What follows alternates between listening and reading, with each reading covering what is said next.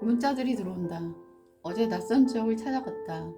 매우 트렌디한 가게들, 특이한 언덕들, 스타일 좋은 사람들, 눈에 끌만한 많은 것들이 있었다.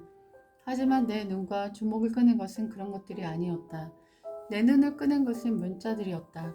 간판 안에 보이는 문자들이 심하게 내 이목을 끄는 것을 느꼈다. 생명줄, 온도, 이런 단어들이 명확하게 내 눈과 마음에 들어왔다. 반년 동안 나는 주말에도 계속 일했고 오직 금요일 하루를 쉬었다. 내가 금요일 평일을 뺀 이유는 사람들이 북적지 않는 시간에 여러 곳을 방문하고 싶었기 때문이다. 아무리 좋은 것도 사람이 많으면 피곤해진다. 사람을 좋아하지만 사람이 많은 곳을 갔다 오면 나는 매우 기가 빨리는 느낌이 든다. 하지만 관찰을 좋아하는 나는 사람들을 구경하는 것을 좋아한다. 저 사람은 저런 스타일 옷을 입었네. 이 사람은 이런 모습을 하고 있네. 어제는 두 노인이 앉아 대화하고 있는 모습을 한참 동안 쳐다보았다. 체격도 외모도 심히 다른 두 사람이 무슨 대화를 저렇게 다정하게 하고 있는 걸까? 남자 간의 우정이 참으로 보기 좋구나 라는 여러 생각이 지나갔다. 각 지역마다 그 지역에 맞는 문자들이 있다. 얼마 전에 문자 박물관도 다녀왔지만 문자는 우리들과 오랫동안 동행해왔다. 우리는 문자가 예쁜 지역에 일부러 여행을 간 적도 있다. 양양이라는 이름이 너무 예뻐서 양양을 여행한 적도 있다. 그리고 우리 안식처를 마련한 곳도 이름이 너무 예쁘기 때문에 이 지역을 결정했다. 너무나 이 지역의 이름이 내 마음을 힐링하고 있었기 때문이다. 성경을 보면 그 사람의 이름은 그 사람의 운명을 결정한다. 그래서 신께서는 어떤 인생의 변곡점에 그 이름을 다시 다르게 지어주는 경우들이 많이 보인다. 처음 태어났을 때 우리는 우리의 탄생을 결정한 적이 없다. 우리 이름마저, 우리 외모도, 심지어 우리의 성격마저도 부모에 의해 결정되어 태어났다. 하지만 나이가 들면서 우리는 알게 된다. 그 모든 것이 우리의 결정에 의해 만들어진 것이라는 것을 말이다. 낯선 지역에서 문자들을 보며 생각했다. 여기 걸려져 있는 문자들이 과연 우연히 지어진 것일까? 아니면 이 지역에 살고 있는 사람들의 마음이 반영된 것일까? 난 당연히 후자라고 생각한다. 여러분이 살고 싶은 곳을 찾는다면 집값이 상승될 곳이나 자연환경, 학군 등을 볼 것이 아니라 그 지역의 문자들을 살펴보라. 그곳에 살고 있는 사람들의 마음을 발견할 수가 있다. 난 예전에 살고 싶은 곳에 우위권에 뽑혔던 지역을 살아본 적이 있다. 하지만 그곳에 살았을 때 나는 엄청 피폐한 마음을 갖고 있는 사람들을 많이 만났다. 그리고 5년이 안 돼서 그 지역을 너무나 떠나고 싶었다. 유명하고 집값이 높다고 해서 좋은 곳은 아니다. 좋은 마음이 많은 사람들이 사는 곳이 진정 좋은 곳이다. 양파미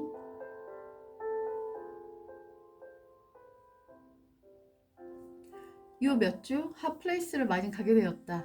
멋진 상가들, 디스플레이어들 많이 눈에 들어왔지만 역시 눈에 띄는 것은 사람들이었다. 남자들은 이상하게 옷을 입은 사람들이 많지 않았지만 여자들은 이상하게 옷 입은 사람들이 매우 많았다.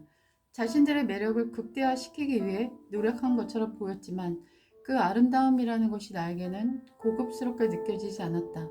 왜 여자들은 노출해야지만 아름답다고 생각하는 것일까? 때로는 아름다움이란 감추어졌을 때 더욱더 심오하게 느껴질 수 있는 것이다. 왜 자신의 귀한 것을 사랑하는 한 사람에게만 보여줄 생각을 하지 않는 것일까? 모든 사람에게 자신의 아름다움을 보여줘야만 하는 것일까? 요즘 17기 옥순의 아름다움이 눈에 많이 띄고 있다. 그리고 회자되고 있다. 그것은 그녀의 아름다움이 흔한 것이 아니라서 그런 것이 아닐까라는 생각이 들었다. 너무나 화려한 여자들 속에 노출하는 여자들 가운데 그녀의 감추어진 성스러운 아름다움이 빛을 발하고 있기 때문이다. 수목원에 앉아 잠시 쉬고 있는데 한 여자가 지나간다. 그녀는 충분히 아름다움에도 전혀 노출 없이 옷을 입고 있었다. 몸매가 자랑할 법한 몸매임에도 꽁꽁 감춰진 옷차림을 하고 있었다. 다소 더워 보이기까지 한 그녀의 옷차림을 보면서 품이 있다라는 마음이 들었다. 조금의 노출 없이도 충분히 아름답게 옷을 입을 수 있는 것이구나 라는 생각을 그녀의 옷차림을 보면서 많이 들었다. 나는 여자는 까도 까도 모르겠는 매력이 계속 나오는 양파 같은 아름다움 있는 여자가 진정한 매력 있는 여자란 생각이 든다. 보여지는 육체적인 아름다움만이 여자의 아름다움의 전부는 아니다. 진정 성숙한 남자는 외모만 보진 않는다. 태민이시라는 노래로 세상 후 풍미했던 육체미가 있었다. 하지만 10미닛 안에 상대를 매료시킬 수 있는 내면적인 아름다움도 분명히 있다. 그 사람이 왜 좋아요? 외모가 좋아서요. 라고 이야기하는 많은 사람들 속에 그 사람이 왜 좋아요? 라는 질문에 그 사람이 말하는 걸 들으니 관심이 생겼어요. 라고 이야기하는 17기 옥순의 매력은 더 진할 수밖에 없다. 껍데기 안의 보화를 보기 때문이다. 애들 3명이 다 백수예요. 어떤 강연을 듣는데 한 어머니께서 이런 이야기를 하셨다. 제 아이가 3명 있는데 다 백수예요. 집에서 나가려고 하질 않고 직업을 가질 생각조차 없더라고요. 어떻게 하면 좋을까요? 그러자 강연자가 여기 오실 게 아니라 오은영 박사에게 가셔야 될 거 그랬나 봐요. 라고 이야기를 해주었다. 그러면서 아이가 위험에 처했을 때마다 산소호흡기가 되어주셨던 것 같아요. 라는 이야기를 덧붙였다. 성경에는 젊은 아이들을 훈육하라는 이야기가 많이 나오며 심지어 엉덩이를 때려도 아이는 죽지 않을 것이다. 라는 극단적인 표현까지 나오는 것을 읽었다. 모든 시대의 문제점은 훈육의 증발이 아닐까 라는 생각이 든다.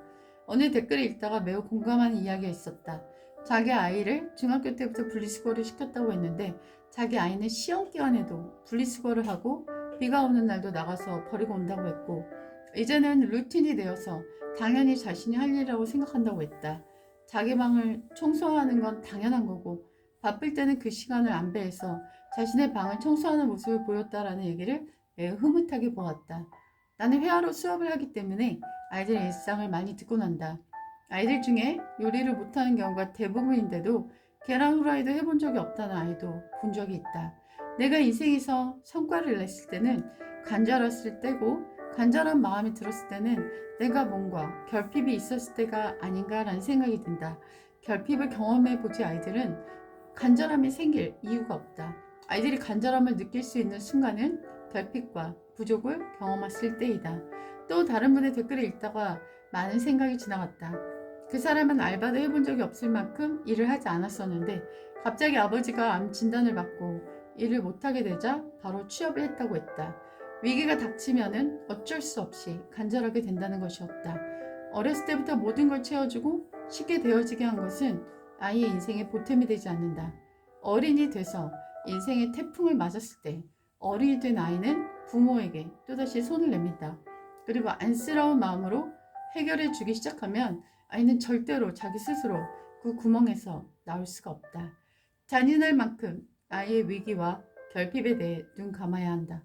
아이 스스로가 고군분투하며 그 위기에서 나오는 법을 스스로 체득해야 한다. 그래야지 아이는 인생의 쓰나미가 닥쳤을 때 스스로 그 자리에서 우뚝 서는 거목이 될 수 있을 것이다. Don't fail to collect your children. They won't die if you spank them. Physical die, discipline may well save them from death.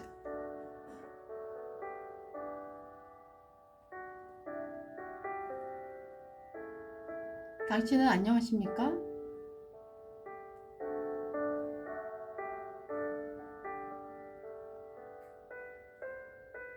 나는 3년 전부터 인생의 어려움이 폭포수와 같이 떨어져 내려왔다. 건강에도 빨간불이 들어왔고 재정에도 문제가 생겼고 관계는 하나도 이어진 것이 없을 만큼 다 끊어져 있었다. 내 인생이 난이도 상이 아닌가 생각이 들 정도였다. 아프지만 않아도 뭐든지 극복할 수 있을 것 같았는데 온몸이 종합병원처럼 안 아픈 곳이 없었기 때문에 극복할 힘이 남아있지 못했다. 몸에는 왜 그렇게 많은 부위들이 있는 것인지 그 기관에 맞는 병원을 찾아다닌 것도 엄청난 일이었다. 전 재산을 잃을 뻔한 위기에 처했기 때문에 정말 막막함의 끝에 맞닿아 있었다. 어디에도 도움을 요청할 곳은 없었다. 나는 평생 그렇게 아프고 가난하고 힘든 사람들을 도왔는데 내가 어려움에 처하자 도움을 구할 곳은 어디에도 없었다. 외로워서 나는 유튜브를 찍었다. 내가 찍은 목소리를 내가 직접 들으며 그 위로의 말로 내 마음을 다잡기가 일쑤였다. 나는 하루하루 겪었던 일을 글로 썼고 그걸 녹음해서 수십 번을 반복해서 들었다. 그때의 내 느낌과 감동이 되살아나는 느낌이었고 그것이 말할 수 없는 위로와 힘으로 내게 되돌아왔다. 내게 그런 이야기를 들려줄 사람이 없었기 때문에 나 스스로가 그런 사람이 되어주기로 결심했던 것이다.